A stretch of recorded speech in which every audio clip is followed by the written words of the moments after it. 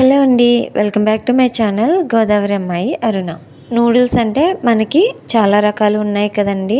ఇంట్లోనే ఈజీగా తయారు చేసుకునేవి ఉన్నాయి, అలాగే ఫాస్ట్ ఫుడ్ సెంటర్లో దొరికేవి కూడా ఉన్నాయి. ఇంట్లో చేసే వాటికన్నా బయట దొరికేవే చాలా ఇష్టంగా తినాలనిపిస్తుంది. కార్తీక మాసం కదండి, నాన్ వెజ్ కలిసిపోతుంది అనుకునే వాళ్ళు ఇంట్లోనే ఇలా ట్రై చేయండి. ముందుగా నూడిల్స్ అయితే తీసుకున్నాను. ఇవి సూపర్ మార్కెట్లో అందుబాటులో ఉంటాయి కదా. వీటిని ముందుగా ఉడకబెట్టుకోవాలన్నమాట. ముందుగా స్టవ్ మీద పాత్రలో నీళ్లు వేసి వేడి చేసుకోవాలి. మనం తీసుకున్న నూడిల్స్ మునిగేంత వరకు నీళ్లు వేసుకోవాలి. అవి మరిగే వరకు కూడా నూడిల్స్ అనేవి వేయకూడదండి. బాగా మరిగిన తర్వాత వీటిని విరవకుండా కొంచెం ఇలా ఫోల్డ్ చేసి ఉడికించుకోవాలన్నమాట. దీనిలోకి టీ స్పూను ఆయిల్ వేసుకున్నట్లయితే నూడిల్స్ అనేవి పొడి పొడిలాడుతూ ఉంటాయి.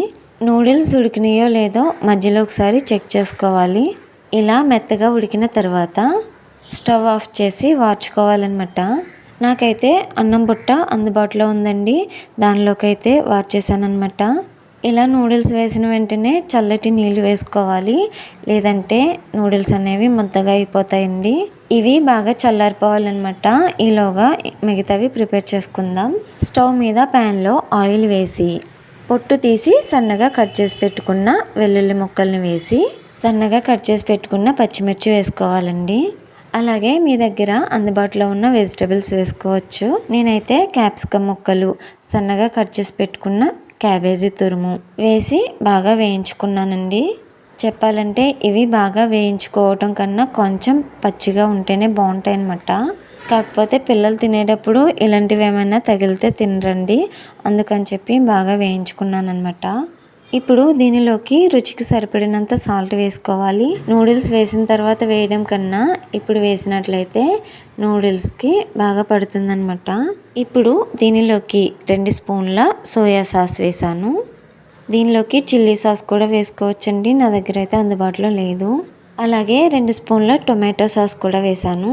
1 టీ స్పూన్ ఉండేలాగా వెనిగర్ వేసుకోవాలండి, మరీ ఎక్కువ వేయకూడదు. ఇప్పుడు వీటిని మొత్తం అంతా బాగా కలిసేలా కలుపుకోవాలి.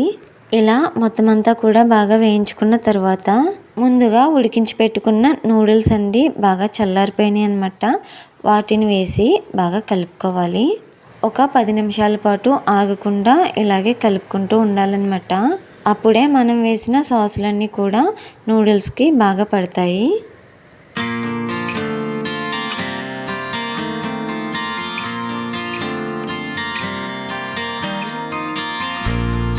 దీనిలోకి నూడిల్స్ మసాలా అనేది యాడ్ చేసుకోవాలన్నమాట. అప్పుడే నూడిల్స్కి మంచి రుచి అయితే వస్తుందండి. నూడిల్స్ బాగా స్పైసీగా ఉండాలి అనుకుంటే కొంచెం కారం కూడా యాడ్ చేసుకోవచ్చు. నేనైతే పిల్లలు తింటారు కదా అని కారం అయితే యాడ్ చేయలేదు, పచ్చిమిర్చి వేసాను కదండి, ఆ కారం అయితే సరిపోతుంది. దీనిలోకి ఇంకొంచెం ఆయిల్ అయితే యాడ్ చేశానండి. మసాలా వేసాను కదా, మసాలా అయితే నూడిల్స్కి బాగా పడుతుంది అనమాట ఇలా ఆయిల్ వేయడం వల్ల. దీనిలోకి చికెన్ కానీ ఎగ్ కానీ వేసుకుంటే చాలా బాగుంటుంది. కాకపోతే వెజ్ నూడిల్స్ చేస్తున్నాను అనమాట. మా హరీష్ ఎగ్ నూడిల్స్ అడిగాడండి, ఎగ్ అయితే సెపరేట్గా యాడ్ చేశాను, అది కూడా చూపించేస్తాను. ఇప్పుడైతే స్టవ్ ఆఫ్ చేసి బౌల్లోకి అయితే తీసేసుకుంటున్నాను.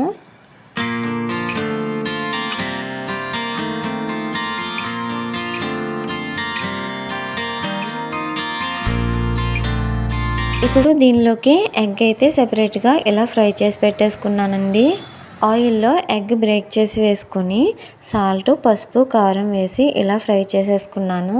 ఇప్పుడు కొంచెం బౌల్లోకి తీసాను కదండి, దానిలోకి అయితే ఈ ఎగ్ ఫ్రైని యాడ్ చేసేసుకుంటున్నాను. ఎప్పుడైనా పిల్లలు ఇలా అడుగుతూ ఉంటారు కదండి, ఇంట్లోనే ఈజీగా ఈ ప్రాసెస్లో అయితే చేసేసుకోవచ్చు. వాళ్ళు కూడా సంతోషంగా తింటారనమాట. ఇలా ఒకే ఒక్క ప్రాసెస్లో 2 నూడిల్స్ అయితే రెడీ అయిపోయినాయి, egg noodles and veg noodles. బయటకు వెళ్ళి తినని వాళ్ళు ఇలా ఇంట్లోనే చాలా ఈజీగా చేసుకోండి. నా వీడియో మీకు నచ్చినట్లయితే లైక్ చేసి సబ్స్క్రైబ్ చేసుకుని మీ ఫ్రెండ్స్ అండ్ ఫ్యామిలీ మెంబర్స్కి షేర్ చేసి నా ఛానల్ని సపోర్ట్ చేసేయండి. Thanks for watching. Bye bye.